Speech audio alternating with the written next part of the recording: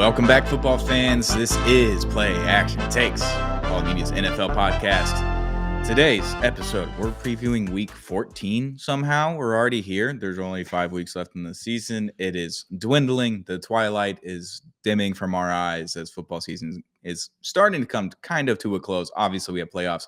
Obviously, we have the Super Bowl, the big game, as they call it, because you're not allowed to say the Super Bowl on content for whatever reason. It's kind of stupid, but I'm going to say it anyway. Super Bowl is going to happen in February. This is Play Action Takes, a Polymedia's NFL podcast brought to you by Zing Zang, America's #1 Bloody Mary mix. We love Zing Zang over here, Zang responsibly all season long. I'm your host, Stone Strankman, joined always by Kush Patel. How we doing, brother? I'm doing great, man. Week 14, and we're almost in 2026. Kind of crazy. Yeah, Christmas is in 3 weeks, literally from today. Haven't done any Christmas shopping. Don't have a Christmas list. I don't know what's going on. You know what I do have on my Christmas list? More good football. Just more good football. That's all I want. That's all I want in this life. Week 14, a lot of decent games, a lot of important games, a lot of implications that can happen from a lot of these games. We're going to start it off with Thursday Night Football. Obviously, it's going to happen. This episode is going to come out on Friday, and the result will happen. We're not going to know what's happening on this pod. We're recording this at a little after 2 in the afternoon in God's time zone, Central Time Zone. Cowboys-Lions, Thursday Night Football. Third straight week with a very, very, very big game for the Cowboys and kind of a must-win game for the Cowboys. But now it's a kind of a must-win for the Lions as well. What you think about this Thursday Night Football? I think it's been probably the most consistent primetime game that we've had across the 14 weeks now. Yeah, these Thursday games have been crazy wacky, and then it's setting up to be a great one because the Lions lost last week on Thanksgiving. They're kind of not, they're kind of up and down right now. Mm-hmm. There's questions about Dan Campbell and his decision making and all that stuff. And then with the Cowboys, after certain moves that Jerry Jones made, they're kind of trending upwards right now. I saw a meme on Twitter. I don't know what day it was. Maybe it was Sunday, and it was like the NFC coaches for the next 10 years, and it was the 4 like steely dragons. Like usually there's 3 dragons, and one of them's kind of stupid looking. Yeah. It had all 4, and they were dialed in, and they were feeling it and everything. And then someone quote tweeted, and it was like, Dan Campbell doesn't belong in this one. I was like, that's tough. He's a football guy through and through. He's going to go for it on 4th down no matter what.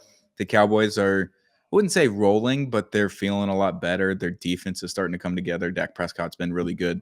Obviously, George Pickens has been one of the best wide receivers in the games. And now CeeDee Lamb's kind of starting to come on. He's not dropping balls as much. He outperformed Pickens last week on Thanksgiving. So Cowboys are feeling pretty good. Lions are steady up and down. The most up and down team this season. They get killed by the Packers in week 1. Then they bounce back and they're fine. And then they lose to teams that they shouldn't. They go to overtime against the Giants, who they shouldn't have gone to overtime with. Then they lose on Thanksgiving against the Packers. Can't go 0-2 against a division opponent and expect to win the division. So now they're kind of in a spot where they just kind of have to hope for a wild card spot. I think they can still win the division technically, but Packers do have a leg up. So it's going to be a fun one. I'm excited about tonight's game. I'll be really dialed into this one. Sometimes Thursday nights coincide with NBA, hockey, everything else that I do as well. So it's a little tough to dial in. I don't have anything tonight that I really have to watch, so I'll be dialed in for this one. Yeah, this is one of those games, like we said before, it's high stakes, high implications as far as like playoffs. And then the Cowboys are kind of coming in not all the way high yet, but they're kind of getting there. And I just question whether the Detroit Lions are going to be able to stop George Pickens and CeeDee Lamb in this game. And then at what point do we see a situation where it's, I feel like we're talking about this every week. At what point do we see a situation where Dan Campbell has to make a decision on whether to go for it on 4th down? I mean, it's going to happen. I feel like every single week with this Lions team, that's something like we have to watch. It's bound to happen, especially now that the Cowboys defense kind of has a little bit of juice now and a little bit more health, and Quinnen Williams in there. So I would assume there's going to be a 3rd down stop somewhere across midfield or right at midfield, and we're going to see it. It's going to happen tonight. I have no doubt in my mind. I'm going to roll with my Cowboys, though. I know it's on the road, but they're both dome teams, so there's no advantage there necessarily. I'm gonna roll with the Cowboys. I don't know. I've been rolling with the Cowboys since the beginning of the season. Before the season even started, I loved them, and then they were kind of not good, and now they're kind of good, but also kind of not good at the same time. I like the Cowboys in this one. I just don't trust the Lions, especially with Amon-Ra St. Brown probably being a game time decision with that injury from last week on Thanksgiving. He did have the full week to get ready, but it's still another Thursday night game. He could have had an extra few days there, so he might play, he might not, but I'm going to take the Cowboys.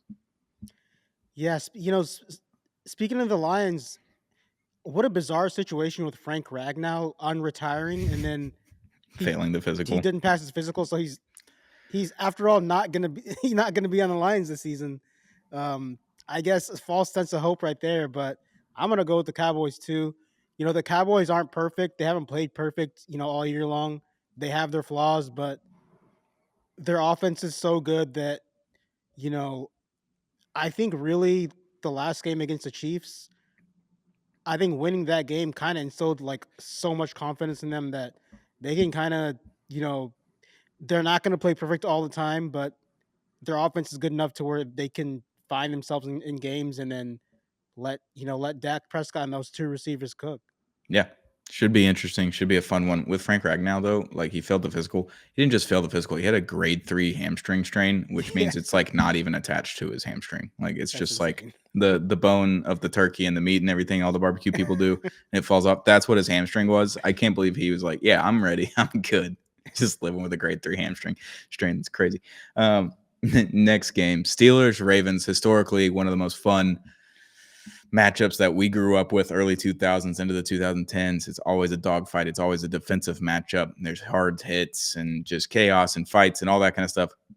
Don't see that happening anymore over the last couple of years. Obviously, the Steelers, since Big Ben went into retirement and set off into the sunset, it's been a little bit different. They're still struggling to find a quarterback and everything, but it's Aaron Rodgers, so there's a little bit of juice there. Lamar Jackson just did not practice yesterday. I have no idea what's wrong with him. The immune system of a Victorian child, a Victorian era child, like is the joke with Lamar Jackson. So I don't know what's going to happen, but this is a big one. It's not just a rivalry game. They're both 6-6 in tied for the division lead. The Ravens technically had the leg up on them in the 1 seed right now for the division, but winning this game sets you up for success through the last 4 weeks of the season after this week to steal the division and have a home playoff game. But I don't know. It's a gross game. Yeah, I mean, the Steelers got run on all day by James Cook last game, and Yeah. it's one of these things. The AFC North that we grew up with, watching the Steelers and the Ravens. It's a lot different in 2025. Both teams are not good against the run. Both teams, just haven't been that physical brand of football team that we are used to. Kind of telling our age here, but um, this is a confusing game for me to pick because I don't know what's going to happen. Like, are we going to get? Is Aaron Rodgers going to turn the clock back and have to carry the Steelers to a win? Is Lamar Jackson just going to, run his way to a win? I don't know what's going to happen. I feel like it's going to be a game where both teams are going to try to run the ball because both of the opposing defenses are just not good at stopping the run. It's that, and then like Aaron Rodgers has like a broken wrist, and Lamar Jackson can't stay on the field ever. Like I have no idea what's wrong with Lamar Jackson. I don't know what the injury is. I don't know what the designation is. Like, is it everything? Is it one thing? Is it two things? Is it five things with Lamar? So yeah, you're running into this game with complete question marks around your star former MVP quarterback in Lamar Jackson and washed up, almost retired Aaron Rodgers MVP quarterback who was a star, like probably isn't anymore. Does not want to get hit. Now he can't get hit with his wrist. It's like if he gets hit and that wrist just goes again, it's like, what are you going to do? He can't really be under center for too often. And both of these teams just kind of stink. I have no idea who's going to win. I don't even know. I don't want to pick. I'm not going to pick this game. I don't care. It doesn't matter to me. Someone's going to win it. Someone's going to lose it. And I'm not even going to try to put a prediction on it. Well, I kind of take the bullet on the picks. Sure. I'm gonna go Steelers. All right, then I'll go Ravens. I'll go opposite of you. We'll win out. We'll be a winner on this podcast come Sunday. God, this game kind of stinks, but I'm looking forward to it because it's a good uniform matchup. It's good historical nostalgic matchup for it. So I'm excited to watch it. I could immediately change my mind 10 minutes into the game, though. I could not be excited after that. I don't know. Next game. Big game for you in your division. We're not talking about your team, though. Colts and Jags. They are both sitting at 8-4 atop the division. Loser of this now is on the heels of the Texans. I believe if the Texans can squeak out a win, then they'll be behind them. The Texans will be in the 2 seed. It'll be very interesting. Even if the Texans lose and one of these teams loses, I think they're still pretty much in the fight there. Colts, Jags. The Colts, Daniel Jones, broken leg, somehow escaped getting murdered by the Texans last week.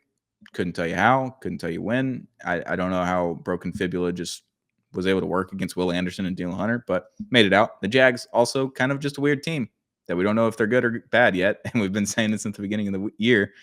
But Colts Jags is big for your division. I'll let you take the floor. Yeah, this is a big game for the division in the AFC South. Um, I think the thing that's going to be the most interesting to watch in this game is that Daniel Jones leg. Like, can he plant that leg? And I know he went up against a great defense. Against the Texans last week. Um, I think the other thing is to watch for the Colts is I just thought the last game Shane Steichen should have ran the ball with Jonathan Taylor way more than he did. I mean, 21 carries is a lot in today's game, but he's the best running back in the league. And when your quarterback has like a broken fibula like that, I feel like you have to let your running back win the game for you. He is the best in the league. Yeah, And that was weird because yeah. the Texans' run defense hasn't been absolutely stellar this year. It's been good, but you've also had games where it's been really bad. And I don't think you've had like a stellar game on the run. It's been good, above average, maybe even. And then you've also had the games like against the Bucks, like early on in the season, where we're like, oh, their defense is holding them in, and then all of a sudden they ran for like 80 yards on that last drive, just running up and down the field in the fourth quarter. So they had that ability to go run the ball. And Jonathan Taylor now is 2 weeks in a row where he hasn't really put up the numbers that he had the first 11 weeks of the season. So that's kind of what I was looking at is like if Jonathan Taylor goes off, the Colts win. I just that's what I believe, and that's how it keeps happening. Yeah. And then on the other side for the Jacksonville Jaguars, to me, the X factor on offense is Jacoby Myers. When they get him the ball, they're a pretty good offense. And something He's good been a always really happens. really good addition for them. And again, we keep going back to this. If Trevor Lawrence cuts down the turnovers and the interceptions this game, I give them a good chance to win. But if he throws some interceptions early, then it's going to be a close game. And well, I might have to give the edge to the Colts if he can't keep the turnovers down. You know when Fox and CBS like right before the game starts and it's the former NFL players 3 keys to the game. It's like how does Miami win this game? It's defense, it's turnover battle, it's running the ball, it's those things. Every week could just be Trevor Lawrence holding on to the ball for the Jags. Like, that's the top key every single week for the Jags. Because if he does that, traditionally this season, they win the game. If he doesn't do that, it makes winning the game a lot harder. I know they've won 8 out of 12 so far, but it's very funny that that could just be the first key to every single game for the Jags on TV with CBS or Fox or ESPN or whoever it is. Like everyone's gonna be like, yeah, if the Jags want to win this game, Trevor Lawrence can't turn the ball over. Yeah, Yeah, makes we're the just job easier. speaking the most obvious thing of all time. It's so good. But yeah, big game for your division. One team will be in the lead after this in the division by itself, but the Texans could make it really interesting. We're going to talk about them in a second. Next game we're going to talk about, though, Bears Packers.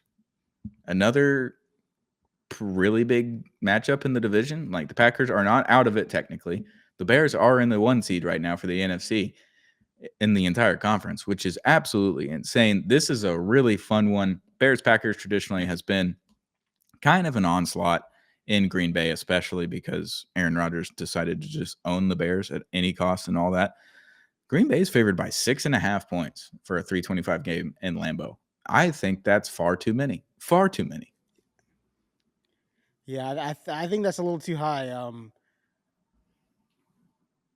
But I will say, I think that in part is just the history. I don't even think that has anything to do with the players playing in the game. I think it's just Like the I ghost think of it's Aaron just for the Rodgers. vibes. The Packers have dominated them.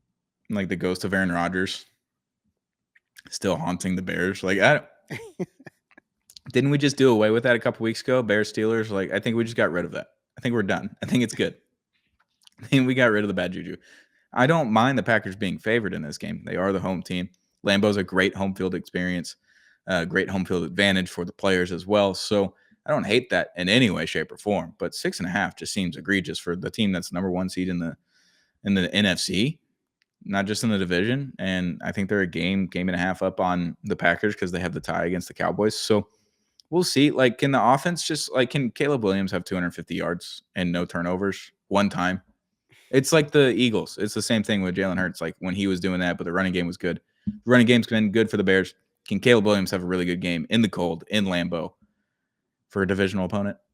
TBD. We'll have to wait and see.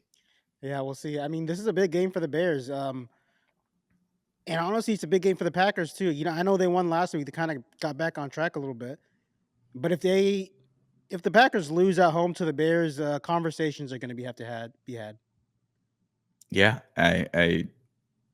this division's so weird because then if the Packers lose this game at home, then the Lions win on Thursday night, then we've got a 3-team race basically. I know the Bears would have a couple games up on everybody, but they could still crumble and fall. I don't know. Ben Johnson's post game videos though, I don't know if they'll ever lose again.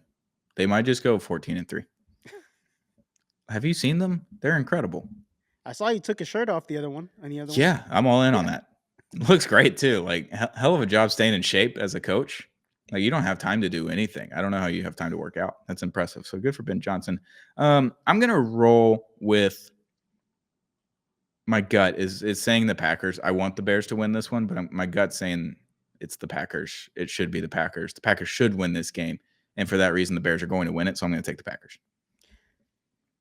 I'm gonna roll with my Bears, like I have been doing all season long. Yeah, I mean, I have no logical reason why I'm picking the Bears. It's just I'm pure going with the vibes. Bears for the vibes. Pure vibes. We love a vibe pick. Next game, Sunday night game, your game. Primetime in Arrowhead. Not an ideal place to be, but I'm sure Off the Gridiron will talk about this a little bit more tomorrow. Our Texans podcast, so hit that subscribe button on Apollo HOU on YouTube or wherever you get podcasts. We got Off the Gridiron, play action takes. We got all the NFL covered for you. Texans at Chiefs, Sunday night football. The Chiefs are on brink of death, and the Texans are on the brink of winning the division. Unstoppable, immovable object means unstoppable. What is the saying? Immovable. I don't know. I didn't do well in science class. So that saying, that's where we're running into with the Texans and Chiefs. I have no idea what the saying is. I usually get it, but it didn't come today. My brain's not working. This is the third show of the day. I've been talking a lot. The unstoppable force meets the immovable object. There it is. Yeah. Nailed it. Kush is smarter than I today. Texans Chiefs. How do you feel about it as a hometown fan for the Texans going into this game against the Chiefs, who you have hated for several years now at this point since the Texans got good again? This has been kind of a problem. Yeah, I mean the Texans Chiefs thing is for me is going back 10 years back to 2015. Shit. Yeah, it goes a long way. Yeah, it's been a 10-year hate cycle for us down in Houston, but it feels like everything in this matchup is kind of going Houston's way right now. I mean, all the national media are praising us, which is kind of weird for us. That never happens. And then the Chiefs guys are trying to drop like flies right now. Their offensive linemen. Yeah. Josh Simmons had surgery. He's going to be out for the season. Trey Smith is not going to play in this game. And so they're going to have backups in at offensive line against the best defense in the league who can get after you on the edges. This is a defense that if you want to run play action against them, if that's your move, then all of these linebackers can go sideline to sideline, and they're really good in zone. And then a secondary who Derek Stingley, to me, the best corner in the league this season, can shut your number one receiver down. And then the safeties are really good too. So I think the Chiefs are going to have a hard time moving the ball in this game. But for me, the formula for the Texans is what it's been all season long. Don't turn the ball over. Offensive line.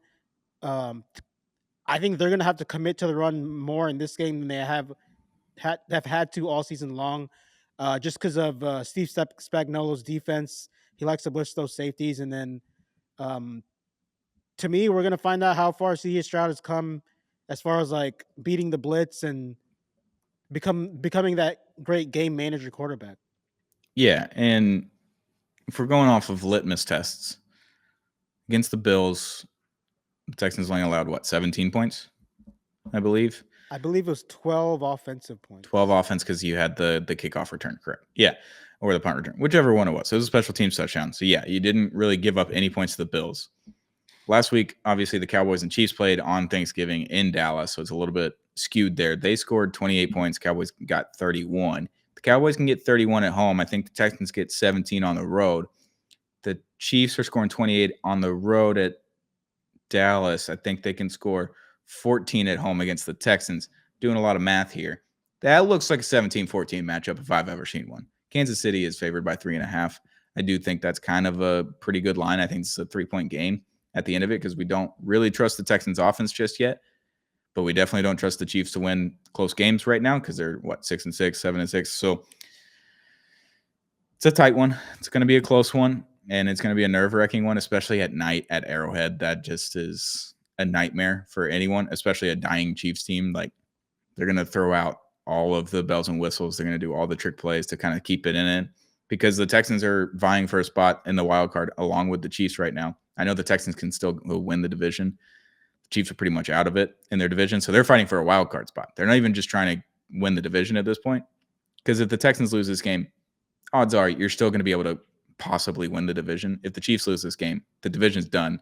It's over. You might not make the playoffs at this point. You would have to win out the last 4 games of the season.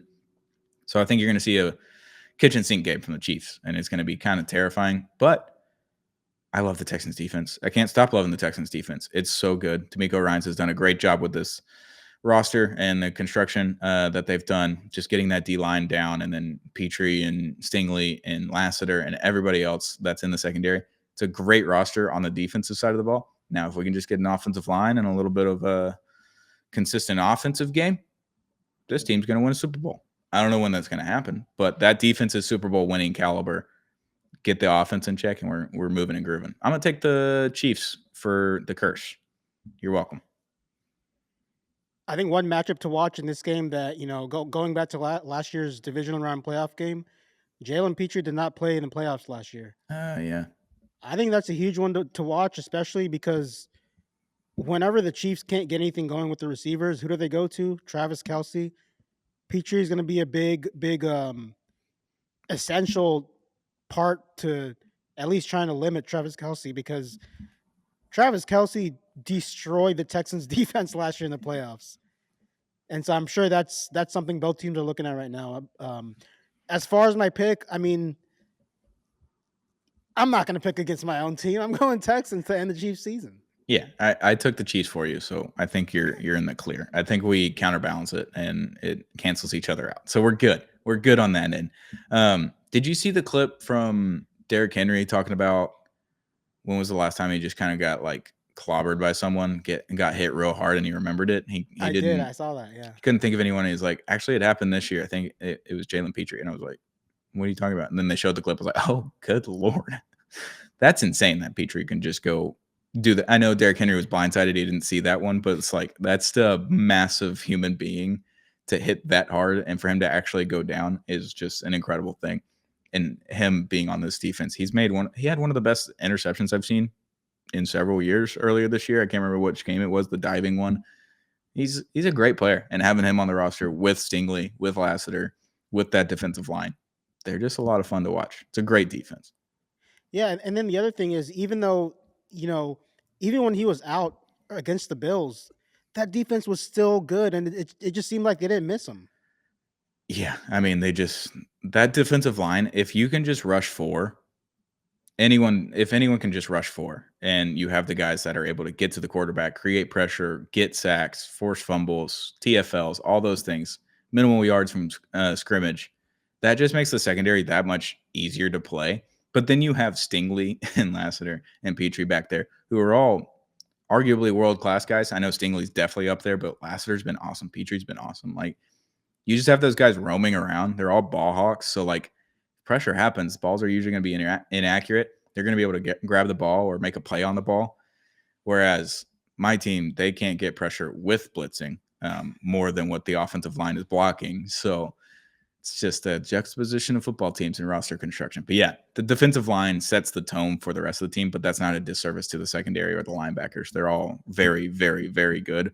But that defensive line sets the tone right off the bat. Hot take: is this the game of the year? No. You don't think so? No. Not yet.